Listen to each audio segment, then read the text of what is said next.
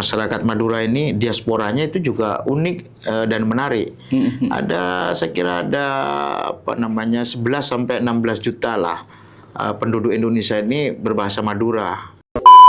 Tapi diakui atau tidak, masih sebagian besar orang luar Madura masih banyak negatifnya tentang Madura, Prof.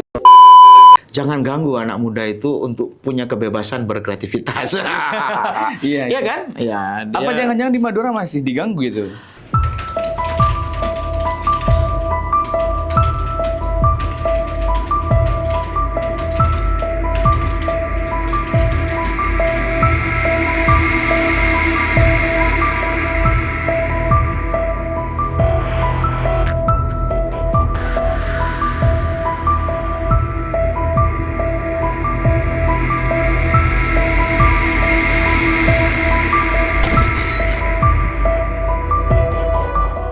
Assalamualaikum warahmatullahi wabarakatuh, Tretan Klik Madura. Sore ini sangat istimewa bagi kami dan saya rasa juga istimewa bagi Tretan Klik Madura karena studio kami kedatangan tamu yang luar biasa, seorang diaspora kelahiran Madura yang sudah jadi orang luar biasa di luar sana.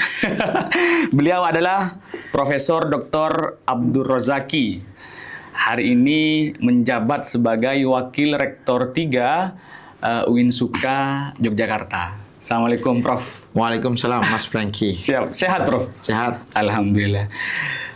Gimana setelah sekian puluh tahun berada di Jogja, pulang ke Madura, gimana rasanya, Pak? Saya sebenarnya sering pulang ya, dan keliling Madura itu. Tapi saya melihat ada banyak perkembangan baru yang dinamis ya, terutama visi-visi baru di kalangan anak-anak muda ya.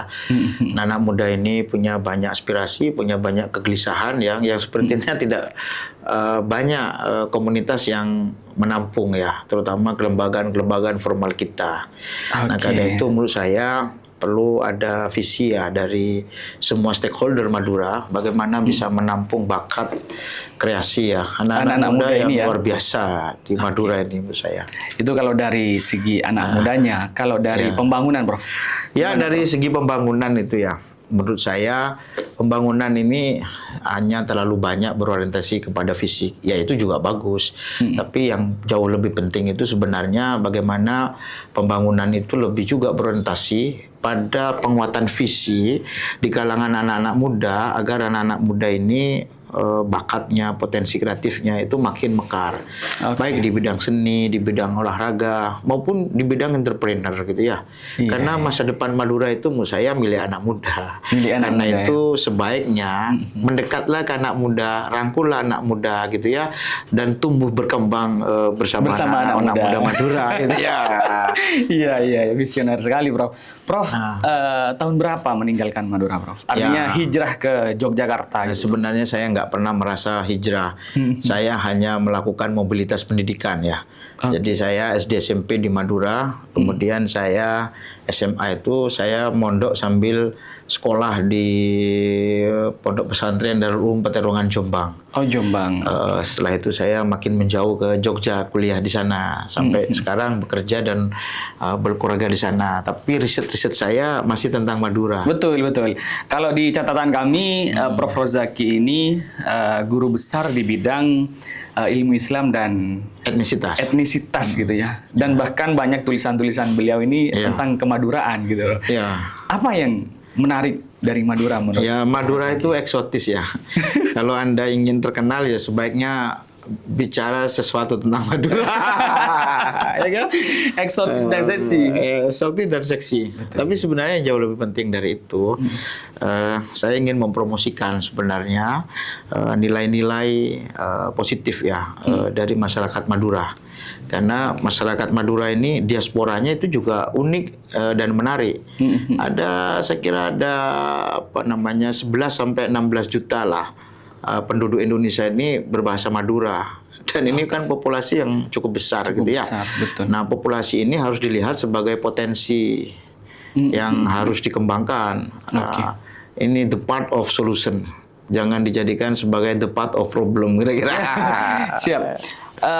Tretan Prof. Rozaki ini sekaligus menurut saya mematahkan stereotip yang selama ini berkembang bahwa SDM Madura rendah. Orang-orang Madura tidak pandai-pandai lah, katakanlah begitu. Tetapi adanya Prof. Rozaki ini, seorang guru besar, bahkan bisa meniti karir yang luar biasa di luar sana. Gimana kira-kira melihat Madura yang dicap seperti itu, Prof? Ya, stok Madura itu banyak ya, berlimpah. Anda mau minta stok yang model apa gitu ya, ya kan? Betul. Nah, kalau melihat stok yang jelek ada juga gitu ya. Tapi kalau stok yang positif, yang keren itu menarik. Ya, saya ingin menggarisbawahi ya, kontribusi orang Madura ya terhadap pendirian bangsa ini itu sangat besar.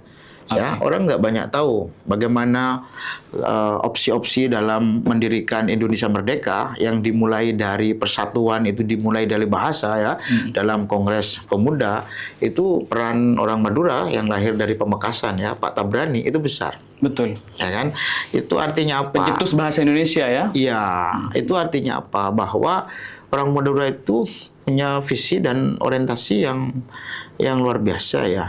Ya, dia ingin menghadirkan masyarakat baru pasca kolonialisme melalui bangsa baru, bahasa baru, bangsa Indonesia dengan alat pemersatu bahasa Indonesia. Ya, ini menurut saya harus dilihat juga bagi stakeholder Madura dan terutama orang Madura sendiri, bahwa Madura ini tidak hanya berorientasi pada kekayaan hasanah masa lalu, tapi juga berorientasi pada kekayaan dan hasanah masa depan. Masa depan ya. Tapi diakui atau tidak, masih sebagian besar orang luar Madura masih banyak negatifnya tentang Madura. Ya, itu tugas kita ya. Bagaimana marketing Madura ini yang menarik, ya kan? Marketingnya marketing Madura yang menarik. Misalnya ya, contoh aja. Banyak sekali orang gelisah dengan banyaknya pasar modern yang menguasai retail, distribusi di Indonesia, gitu ya. Banyak yang gelisah gitu ya di banyak tempat. Ternyata retail modern itu mulai gemetar gitu ya, disaingi oleh warung Madura, produk Madura gitu kira-kira ya kan. Ya, itu artinya apa? Ada militansi, ada keteguhan dalam menjalankan praktik bisnis. Kalau model seperti ini kira-kira makin difasilitasi oleh negara, maka UMKM kita ya menjadi tuan rumah di negara sendiri. Ekonomi yang luar biasa. Ya kan? Itu bagaimana etos Madura dalam entrepreneur itu menurut saya bisa menjadi inspirasi bagi kekuatan UMKM di Indonesia. Oke, tapi sama saya ini belum ada sentuhan dari negara itu, Bro. Iya, negara ini kadang hadir, kadang hilang ya. Ya kan? Berarti kekurangan Madura ini apa, Bro? Iya, kekurangan Madura itu terlalu banyak melihat sisi negatifnya. Padahal menurut saya kalau dilihat dari sisi positifnya itu jauh lebih keren. Nah, dan itu tugas kita kan. Termasuk tugasnya Prof. Rozaki Iya. Bagaimana membuat marketing Madura itu yang keren, yang eksotis. Saya misalnya lihat sekarang ya, bagaimana musik-musik Madura gitu ya di YouTube gitu ya, di digital media dengan adanya AI barang ini dikembangkan dengan kolaborasi sentuhan manusia dan mesin, itu sekarang eksotik menurut saya, menarik ya. Dan ini menurut saya potensi industri, bisnis, akses pasar yang besar, dan ini marketing Madura yang menarik ya. Tapi sejauh ini sepertinya masih jalan sendiri-sendiri itu, Bro. Artinya belum ada yang mewadahi kreativitas anak muda ini, Bro. Saya percaya anak muda itu akan menemukan jalannya sendiri gitu ya. Ya, sejarah itu akan selalu berpihak kepada anak muda. Nah, karena itu menurut saya jangan ganggu anak muda itu untuk punya kebebasan berkreativitas. Iya kan? Ya, apa jangan-jangan di Madura masih diganggu itu? Yang diganggu mungkin enggak ya, tapi difasilitasi kurang begitu kuat gitu ya. Nah, karena itu menurut saya akan sangat bagus kalau stakeholder Madura ini, baik yang selama ini bekerja di bidang politik gitu ya, di bidang birokrasi gitu ya, di bidang bisnis, itu mulai peduli bagaimana memediasi, memfasilitasi, membangun network terhadap kreativitas anak muda Madura. Oke. Dan anak-anak Madura ini luar biasa, Prof. Ya, punya etos, punya visi, ya punya semangat yang kuat. Terbukti di Jogja juga yang banyak mewarnai justru mahasiswa-mahasiswa asal Madura gitu, Prof. Iya, saya kira mereka sangat kreatif ya di bidang akademik, di bidang talenta-talenta yang lain. Tapi saya melihat di diaspora Madura di Malang, di Surabaya, ya, di Jakarta, di Bandung, itu juga menurut saya banyak hal yang menarik. Nah, karena itu menurut saya kita berharap kecintaan terhadap Madura ini terus bersambung ya melalui kekuatan anak-anak mudanya. Oke. Banyak orang bilang bahwa Madura ini cukup lamban, Prof. Baik dari segi pembangunan sumber daya manusia, pembangunan infrastruktur, pendidikan masih banyak tertinggal, bahkan kita kemiskinan masih terendah di Jawa Timur gitu, Prof. Bagaimana, Prof, mengomentari hal itu? Memang kalau dilihat dari angka ini selalu buruk. Tapi kalau dilihat bagaimana dari sisi masyarakat sebagai satu proses yang terus bergerak, ada banyak silent gitu ya. Iya, yang menurut saya ini bisa menjadi raksasa besar besok gitu ya. Ya, tapi oke lah. Menurut saya memang dari sisi angka ini sangat terlihat lambat ya, karena pendekatannya birokrasi oriented ya. Ya kita pinginlah ke depan ini ada investasi SDM yang semakin kuat gitu ya. Oke. Investasi SDM semakin kuat. Ada banyak perusahaan saya kira migas terutama ya di Madura gitu ya. Kita berharap tanggung jawab sosial perusahaan ini makin bergerak kepada pola investasi SDM. Empowering ya, tidak hanya elite giving atau giving elite gitu ya. Kalau ini polanya berubah, saya kira kita akan menemukan talenta-talenta Madura yang bisa mengejar kemajuan itu dengan cara cepat menurut saya. Konkretnya, Prof? Ya konkretnya kalau pemerintah daerah tidak terlalu cepat, sigap, masif gitu ya, berorientasi kepada investasi SDM, menyekolahkan anak-anak Madura di berbagai studi keilmuan di dalam negeri, itu ada baiknya juga mulai melihat perusahaan-perusahaan yang selama ini melakukan eksplorasi ya di bumi Madura itu punya concern ya terhadap pengembangan SDM Madura. Kita inginlah Madura ini bukan hanya religiusnya, tapi makmur, berkembang secara ekonomi, dan bisa menjadi destinasi lah bagi banyak pihak untuk bisa menikmati kekayaan dan sumber daya alamnya, termasuk juga kebudayaannya yang bagi saya sangat eksotik gitu ya. Oke. Kalau catatan kami di Klik Madura, Prof, dan Tretan Klik Madura, bahwa tanggung jawab sosial dari perusahaan-perusahaan migas itu sebenarnya ada, tetapi lebih pada fisik. Jadi ada yang untuk pembuatan tempat sampah, terus kemudian ada penanaman mangrove dan lain sebagainya. Memang ada sebagian digunakan untuk pengembangan sumber daya manusia berupa beasiswa, tetapi belum signifikan, Prof. Ini bagaimana kira-kira polanya untuk mengelola ini, Prof? Karena TJS ya, tanggung jawab sosial perusahaan, betul. Itu pendekatannya masih giving elite ya. Jadi bagaimana perusahaan itu hanya sekedar orang tidak protes, lalu dia memberikan sesuatu kepada elit lokal.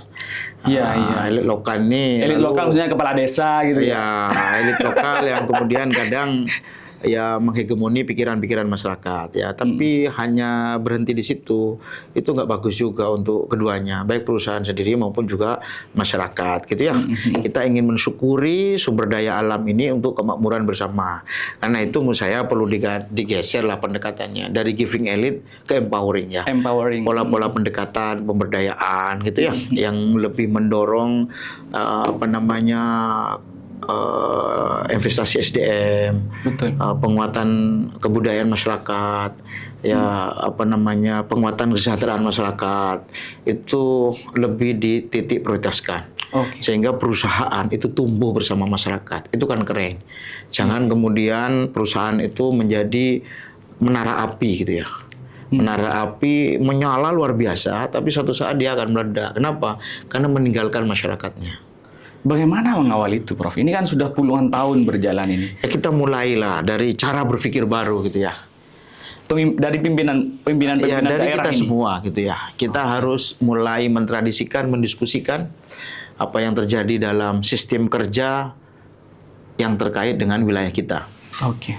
Ya. Kalau kita mengamati secara umum, Prof, kita punya sumber daya alam yang luar biasa, misalkan migas katakanlah. Tetapi kemudian kita ketika berbicara siapa ahli migas dari Madura, sebenarnya tidak ada gitu. Yang ada di pos-pos perusahaan-perusahaan itu. Sehingga inilah yang kemudian menjadi alasan bagi perusahaan mereka merekrut orang luar, tidak orang Madura, Prof. Sehingga keberadaan perusahaan ini ya tidak berdampak cukup signifikan begitu. Ya itulah yang disebut dengan investasi SDM ya, investasi sumber daya manusia.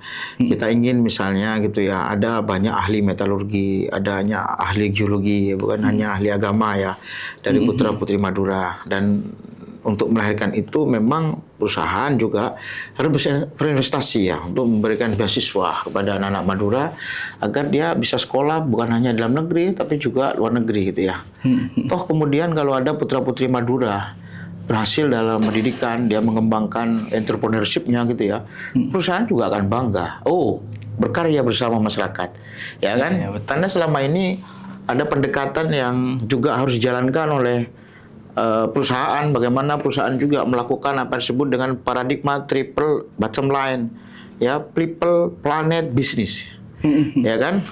Jangan hanya berorientasi bisnis saja, karena sumber daya alam ini untuk generasi berikutnya. Nah, karena itu juga perlu kekuatan untuk membangun pembangunan yang berkelanjutan. Oke. Ya, people harus diperhatikan, manusianya itu, manusia di sekitar perusahaan sebagai sebuah dampak perusahaan yang bukan hanya sisi negatifnya, tapi juga dampak perusahaan untuk menghasilkan SDM yang berkualitas dari lokasi wilayah eksplorasi itu sendiri, misalnya. Atau memang ada kesengajaan, Prof. Jadi warga sekitar sana memang tidak mau dipinterkan ini, tidak disekolahkan, tidak diberi beasiswa, sehingga mungkin biar tidak protes misalnya, biar hanya ikut apa maunya perusahaan. Ya, itu misalnya. tanggung jawab stakeholder ya, termasuk kita. Jadi kita harus mulai mendiskusikan apa yang terjadi dengan wilayah kita, bagaimana sistem bekerja dalam wilayah kita di berbagai sektor. Apa Ya itu kan? bisa intervensi dari pemerintah, Prof? Katakanlah Pemkab, misalkan hari ini yang eksplorasi dan eksploitasi paling banyak itu di Kabupaten Sumeneb, misalkan, Prof. Apakah bisa Pemkab Sumeneb mengintervensi perusahaan-perusahaan ini harus menyekolahkan warga, misalkan menyekolahkan anak-anak Sumeneb menjadi ahli migas, menjadi ahli dan lain sebagainya, misalkan, Prof? Bisa, kita punya mekanisme elektoral ya, bagaimana pimpinan daerah itu dipilih oleh rakyat. Ada legislatif yang juga dipilih oleh rakyat. Ini mandatori ini kalau dikembangkan melalui visi yang berorientasi kepada masa depan, investasi DM, maka sangat memungkinkan. Ada perubahan cara berpikir perusahaan dari yang selama ini paradigmanya giving elite, tabur uang ke elit-elit semata, Betul. menjadi empowering. Ya, dia menjalankan program pemberdayaan yang bisa semua masyarakat punya akses terhadap sumber-sumber kehidupan modern, sumber-sumber kesejahteraan baru, kira-kira. Tapi begitu itu kan tidak menguntungkan bagi perusahaan, Prof. Karena barangkali setiap pengusaha itu memiliki paradigma yang sama, memiliki asumsi yang sama. Yang penting aman, yang penting kondusif, sudah selesai, begitu, Prof. Sehingga untuk kondusivitas ini bukan memberikan beasiswa. Itu cara berpikir pragmatis. Kalau kita menggunakan cara berpikir bagaimana mandatori perusahaan gitu ya, ya tentang triple bottom line itu, bahwa perusahaan itu harus berorientasi kepada 3 titik ini. Ya bisnis, ya people, manusianya juga harus diperhatikan, ya planet, keberlanjutan dari sumber-sumber pengelolaan alam ini. Iya. Harus terus kan, jangan hanya sekedar mengeksploitasi, merusak gitu ya, tapi juga ada kerja-kerja konservasi gitu ya. Oke. Sehingga kemudian begini, Prof, problemnya itu ada perusahaan, kita punya banyak perusahaan migas yang bereksplorasi di Madura puluhan tahun, tetapi dampaknya tidak terlalu dirasakan. Contoh konkretnya misalkan kesejahteraan warga sekitarnya masih begitu. Terus kemudian bahkan yang lucu, yang menurut saya ini jadi pertanyaan besar, saya pernah ke salah satu pulau. Pulau itu produksi minyak dan gas. Minyak dan gas itu digunakan untuk menghidupi kelistrikan di Java Nusa, Jawa, Bali, dan Nusa Tenggara. Sementara di luar perusahaan, ini masih satu pulau, hanya terpisah tembok itu, belum ada listrik di sana, Prof. Sehingga ini yang kemudian oleh masyarakat, ini perusahaan nggak ada dampaknya ini, gitu. Pengen tahu jawabannya. Bagaimana mengatasi itu, Prof? Ya, kesejahteraan itu juga sangat terkait dengan otoritas. Nah, ya kan? Kesejahteraan itu tidak bisa diwujudkan tanpa kekuatan otoritas. Nah, sekarang seberapa kuat masyarakat Madura itu punya otoritas dalam konteks menegosiasikan terhadap wilayahnya. Oke. Jangan-jangan ide yang selama ini muncul dari kelompok-kelompok masyarakat ingin mendirikan Madura sebagai provinsi, jangan-jangan itu jawaban melahirkan otoritas dengan impian mewujudkan kesejahteraan. Ya, korelasinya memang ke sana, Prof. Iya. Kalau kita bisa membaca regulasi yang ada, memang tidak Iya. pernah berpihak kepada kita, Prof. Iya. Diberlakukannya Undang-Undang 23 tahun 2014 tentang Pemda itu mengatur bahwa daerah kabupaten ini tidak punya hak kewenangan terhadap lautnya, sehingga seluruh sumur-sumur migas di Madura itu bukan, kita tidak dianggap sebagai daerah penghasil, kita hanya dianggap sebagai daerah terdampak, sehingga dana bagi hasil yang diperoleh kabupaten di Madura ini sama dengan kabupaten-kabupaten luar, 38 kabupaten dan kota di Jawa Timur itu, Prof. Sehingga kemudian muncullah keinginan, kita harus jadi provinsi nih. Ya, bisa jadi itu adalah jawaban ijtihad ya untuk mendorong percepatan kesejahteraan. Karena kesejahteraan itu tidak bisa diwujudkan tanpa otoritas politik. Iya. Ya, dulu pasca reformasi salah satu jawaban untuk bisa memperkuat Indonesia agar tidak menjadi banyak daerah yang memberikan diri itu adalah otonomi daerah. Tapi otonomi daerah ini sudah mulai layu mungkin ya, karena kebijakan-kebijakan sekarang makin sentralistik. Betul. Tapi kalau presiden membuka diri dan masyarakat Madura bersatu untuk memiliki bahasa yang sama, bahwa otoritas itu penting untuk melahirkan kesejahteraan, dan salah satu pintunya itu adalah menjadi provinsi. Saya kira itu bisa dinegosiasikan ulang. Itu. Iya, Apakah betul. stakeholder Madura dan juga komunitas Madura sendiri itu punya pikiran yang sama. Siap. Nah, itu menurut saya isu yang menarik untuk didiskusikan juga gitu ya. Kalau saya tanya, Prof. Rozaki setuju nggak kalau Madura ini jadi provinsi? Sebagai sebuah ijtihad politik, barangkali itu penting juga mulai dipikirkan dan dinegosiasikan. Banyak yang menilai bahwa isu-isu Madura provinsi ini hanya isu musiman, hanya isu-isu elit yang tidak menyentuh pada kepentingan-kepentingan grassroots. Bagaimana Prof. Rozaki melihat kepentingan Madura provinsi ini secara ilmiah, Prof? Iya, posisi saya itu tadi itu, kesejahteraan itu bisa diwujudkan melalui otoritas politik. Ya kan? Jalan otoritas politik itu bisa macam-macam gitu ya. Salah satunya Satunya jadi bisa provinsi. saja melalui pendekatan Madura menjadi provinsi gitu ya. Oke. Meskipun juga itu harus dinegosiasikan secara terus-menerus, secara rasional dengan data ekonomi yang kuat gitu ya. Dengan daya dukung politik yang juga kuat ya, dengan dukungan masyarakat yang juga kuat gitu ya. Karena kita ini ini kayak menara kembar. Kita nggak bisa mendorong kesejahteraan tanpa otoritas politik. Betul.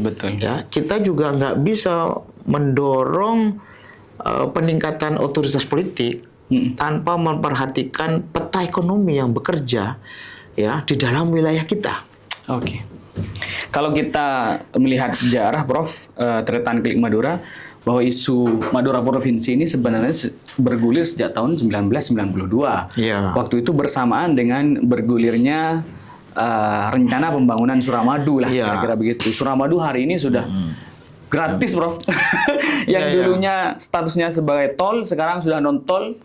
Tetapi isu Madura provinsi hanya bergulir di isu saja. Belum ada gerakan atau belum ada hal positif yang akhirnya terwujud itu, Prof. Kira-kira bagaimana? Apa persoalannya, Prof? Ya, dulu kita itu punya impian ya untuk percepatan kesejahteraan itu melalui BPPS ya. Betul. Ada anggaran, ada pendanaan di situ gitu ya. Besar sekali anggarannya. Lalu kemudian itu kayak tanpa dampak gitu ya.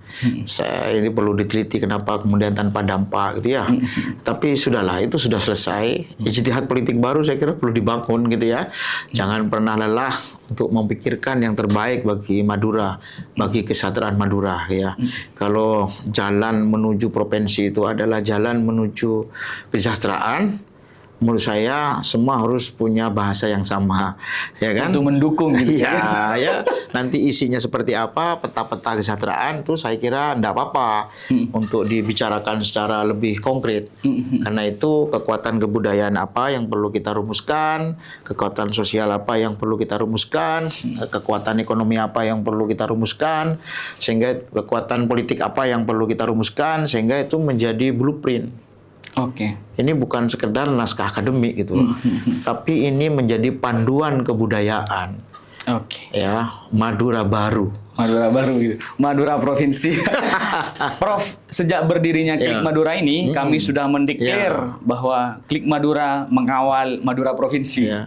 Nah, ketika kita mendeklarkan itu, Ya. banyak sekali komentar-komentar dari grassroots. Sekarang orang pakai medsos semua, Prof. Iya, iya, iya. Orang yang berpendidikan, orang Iya. yang kurang berpendidikan, bahkan yang barangkali tidak putus sekolah dan lain sebagainya, itu pakai medsos semua, Prof. Iya. Dan komentarnya macam-macam, Prof. Salah satunya begini, ngapain jadi provinsi? Nanti pasti hanya jadi rebutan kekuasaan. Iya. Ada ini yang mau jadi gubernur lah, ada yang jadi anggota DPRD provinsi lah, dan lain sebagainya.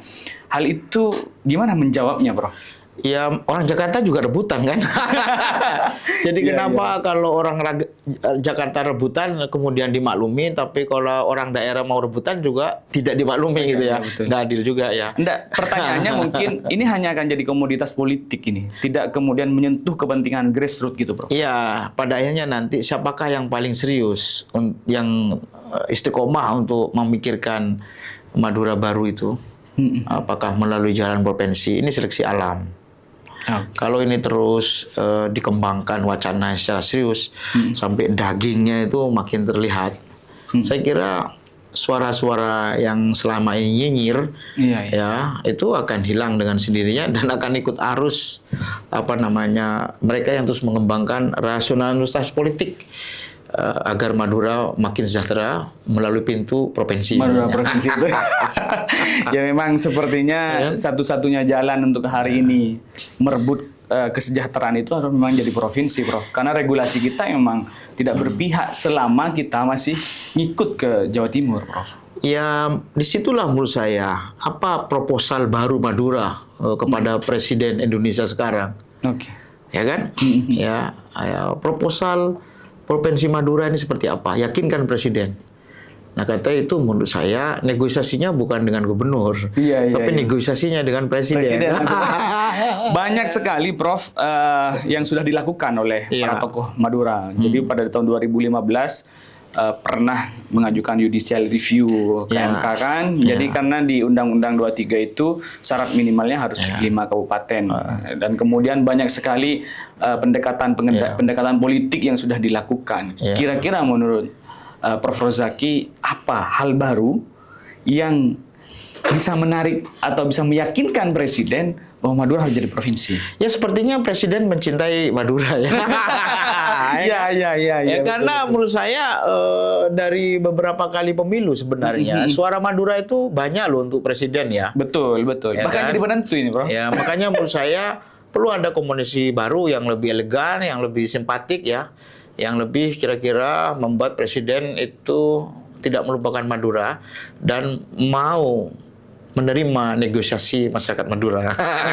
Ya kan? Kalau begitu kan tidak perlu membawa hal baru lagi ke Presiden, tinggal bagaimana Presiden dinegosiasi begitu. Iya. Nah, siapakah yang memainkan representasi itu?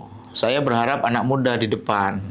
Oke. Ya, karena Presiden lebih mencintai kan anak-anak muda menurut saya yang punya visi baru ya, gelombang pergerakan baru gitu ya, yang lebih bisa membuat platform Madura provinsi itu lebih fresh.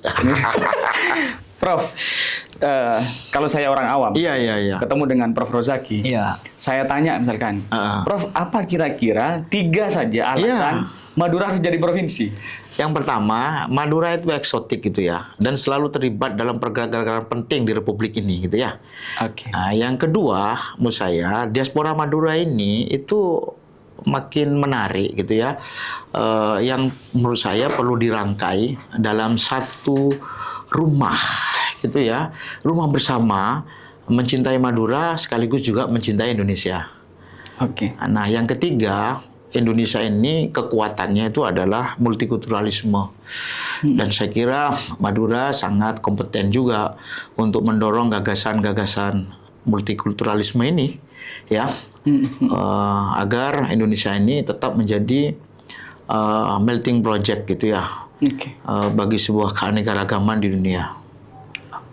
Setidaknya alasan itu mampu meyakinkan Presiden bahwa Madura layak berpisah dari Jawa Timur. Ya, bukan berpisah kira-kira, tapi Madura membutuhkan otoritas penuh.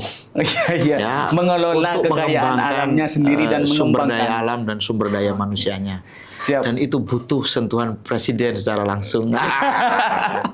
Mudah-mudahan podcast ini bisa didengar oleh Pak Presiden karena kebetulan beliau juga sering nonton podcast katanya. Pak Presiden, Madura layak jadi provinsi dan Pak Presiden harus yakin bahwa Madura ini akan lebih sejahtera ketika menjadi provinsi. Dan Indonesia dan Madura sesuatu yang tidak bisa dipisahkan satu sama lain. Siap, terima kasih Prof. Oke, Prof, terima kasih. closing statement mungkin Prof, pesan-pesan kepada anak muda. Closing statement, mari kita mencintai Madura dengan cara baru, dengan cara yang kreatif, dan mendorong Madura ini makin dicintai oleh semua masyarakat Indonesia. Siap. Terima kasih Prof. Rozaki, terima kasih Catatan Klik Madura. Sekali lagi Prof. Rozaki membantah stereotip yang selama ini mengatakan bahwa Madura SDM-nya kurang mampu. Buktinya beliau bisa jadi guru besar dan bisa berkarir di kampus besar di Yogyakarta, dan karir beliau di mana-mana sudah luar biasa. Produktif menulis, produktif bikin jurnal bahkan internasional, luar biasa sekali. Ini menjadi bukti bahwa Madura juga bisa, kira-kira begitu. Akhiran lillahi fi sabilil haq wallahul muwaffiq ila aqwamit thoriq. Wassalamualaikum warahmatullahi wabarakatuh. Assalamualaikum warahmatullahi wabarakatuh. Siap. Terima kasih Prof.